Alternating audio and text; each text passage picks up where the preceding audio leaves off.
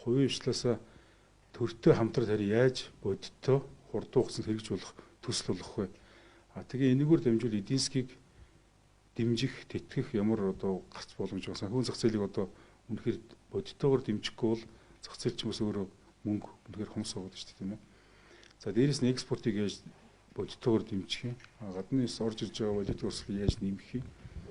Тэгээ энэ бүгдийг хараад бид бол ер нь бол байр суурь бол энийг бол зөв дэмжиж ажиллах нь зүйтэй юм гэж байгаа юм л да. Тэгээд энэ дээр танхим бас өмнө Дундгой аймаг болоо салхитын мөнгөний орд төр жишээлх юм бол эдийн засгийн одоо систем аналитикийн эрдэмтдтэй хамтраад тийм эдийн засгийн одоо загварчлалын систем динамикийн загварчлалын юг тооцоолыг хийсэн байдаг. Эндээс үзүүлэхэд үнэхээр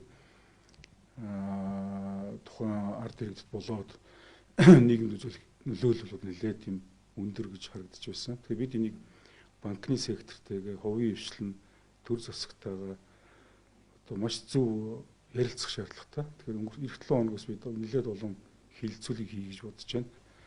Нэг зүйлийг хийгээд үзмээр байгаа юм л да. Бид алим болгоо алимыг шүүмжлэх үү, эсвэл болгоомжлох уу тийм ээ. Эдийн засгийг тэлье гэж зарим зөрөгтэй шийдлүүдийг зайлшгүй гаргах хэрэгтэй.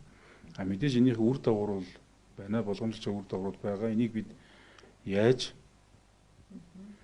сөрөг үр дагаврыг эерэг болгож өөрчлөлт анхаарах хэрэгтэй вэ гэдэг энд мэдээж олон шийдлүүд байгаа шүү дээ тийм ээ. Тэгэхээр би бол бид энийг үзэх хэрэгтэй гэж